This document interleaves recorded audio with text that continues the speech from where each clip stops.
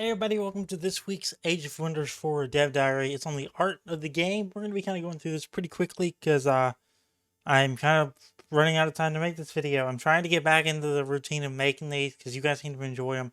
And the game's getting ever so close. We're within a month of release now, so getting close, and I really am excited to play this one. So, yeah, let's check out Dev Diary number 11, and if you haven't seen it, go back and check out this week's Marvel's Midnight Suns, which dropped 2 hours ago at 11 a.m. So, yeah, let's get into it here. This is from art director Rich, and we're going to be talking about art of the game today. Everything you see in this dev diary has been created by a small core group of around 9 artists, an animator, 2 environment artists, 2 character artists, 3 2D artists, 1 tech artist, 1 PFX artist. It took about 3.5 years of development. There's some downloadable wallpapers at the end as well. So you are the core of Age of Wonders 4. We give you the tools to create your own original fantasy races. This is key and a truly unique feature. Stellaris does it to an extent with their portraits. However, we challenge ourselves to have a fully 3D customizable unit lineup.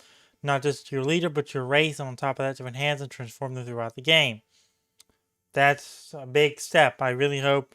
I really have a lot of ideas for what we can do with this, so I'm excited to get into those. You're handed different visual ingredients to mix and match to arrive at something fresh, or recreate your favorite characters in popular media with friends by making your own multiplayer fellowship. We spent a lot of time on making interesting character components, pieces that would fit together well to tell a story, as well as pushing the visual distinction and fidelity. We didn't want dwarves to be just scaled down humans, really push their proportions with higher noses and exaggerated features and slight expressions. So with 10 starting forms, 6 cultures, and Wizard Kings, there are an incredible number of customization options, hair and beard styles, helmets, tattoos, scars, mount types, colors to pick from. There are a few screenshots from the game showing off the huge variety of leaders you can create. We cannot wait for you to unleash your creativity and see what you can make. That's awesome. I mean, look at all this. That's awesome. That's just the heads. A lot of options there. There's the leader helmet customization, concept art. Form is the first ingredient that can combine with culture to create something visually new. Here we can see how the culture outfit proportions change to match your form. Nice. Nice. Mixing up cultures can create some really fun combinations. Below we have typical industrious dwarf, but why not mix it up with a mystic dwarf? Or perhaps something completely different. Create industrious rats or high orcs. Culture is the ingredient that, when combined with form, can bring fresh originality to old tropes. Let your imagination run wild. That's the fantasy you want to create. There's the barbarian unit concept art. So berserker, war shamans, furies, warrior, sunderer, pathfinder mounted. Evolution, but form and culture are just the beginning of your journey. Things really start to become interesting when we evolve our faction using magical tome. Throughout the game, applying enchantments and transformation can change how your units look and play.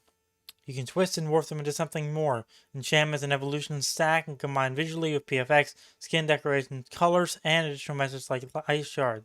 Each tome is fully illustrated to communicate the associate, affinity, and contracts. Or contents, I mean. There's some of the tomes. I like these. I really like this one. All the art direction seems really well done in this game. So this is awesome. Below we can see if we can follow the tone path of chaos, we can gain access to magic that gives us fire weapons and demonic visuals. There they are. That's really cool. Every tome and everything kind of dictates how they're going to look, which is pretty awesome for a game like of this caliber. Or here we can take 2 affinity paths, mixing visuals from both to get frost weapons, steel skin, and golden armor, and ultimately create a gold-touched undead whiteborn race. So there's that. Further customization continues in game by loading mythical weapons and equipment like magical rings, armors, and mount. Below we can see a level 15 leader leading into the undead shadow affinity direction, not only through transformations, but also hero skills unlocking powerful combat abilities.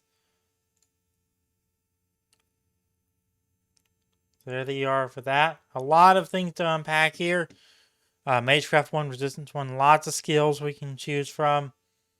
There's the customization options and all the adjust appearance thing.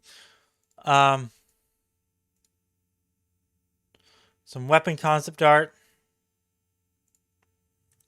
Your realms. The setting. Following the cataclysm of Age of Wonders 3, 4 gave us the opportunity for a fresh start. We want to present a vibrant, welcome fantasy world that you want to spend time in. So 3 had autumn hues, Renaissance and industrialization. 4 will have fresh spring hues, early medieval fantasy creation and magic. So it's much more of a bluish tint to the world. The romanticism paintings of the 1800s inspired the world map look, a gritty but vibrant surface littered with ancient wonders, the scale of mountains enhanced by moving pools of light. We push greater heights with rolling hills, a new cliff system and epic mountain peaks, peeking through distant mists. So there's kind of the setting and the look of everything. Looks awesome. Looks really cool.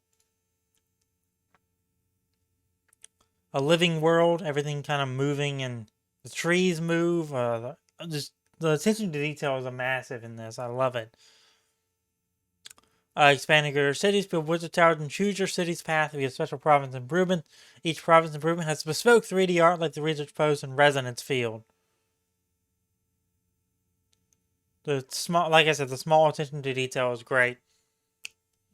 There's the portals, or the realms to the portals, sort of thing. Gameplay is king, so game art must enhance gameplay. We learned a lot in Planetfall and took those learnings into Age of Wonders 4, not just the world map, but across the board with units and user interface. We want the game to be easy to read, have units stand out, and have clear iconography and user interface.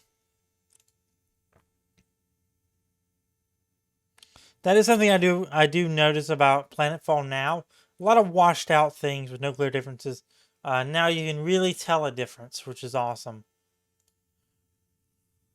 Planetfall has its own special charm, but I like the visual direction of this better. Combat maps, every hex tile and location on the world map has its own tactical map.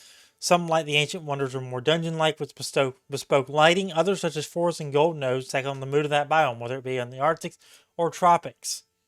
We have the Arctic, we have the Highlands, Temperate, Mediterranean, Tropical, Desert, Desolate, Underground.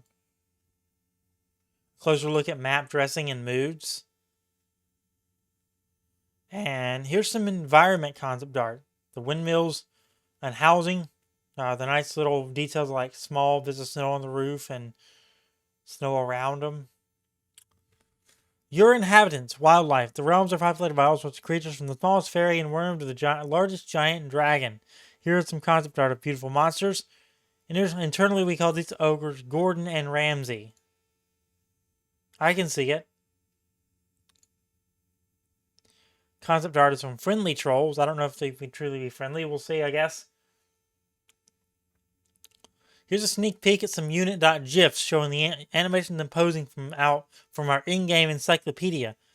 Here you can see all units in the game and even apply enchantments and transformations to any culture and form combination to see their effects, as well as read up on lore and gameplay concepts. Watcher, Reaper, Wind Rager looks awesome.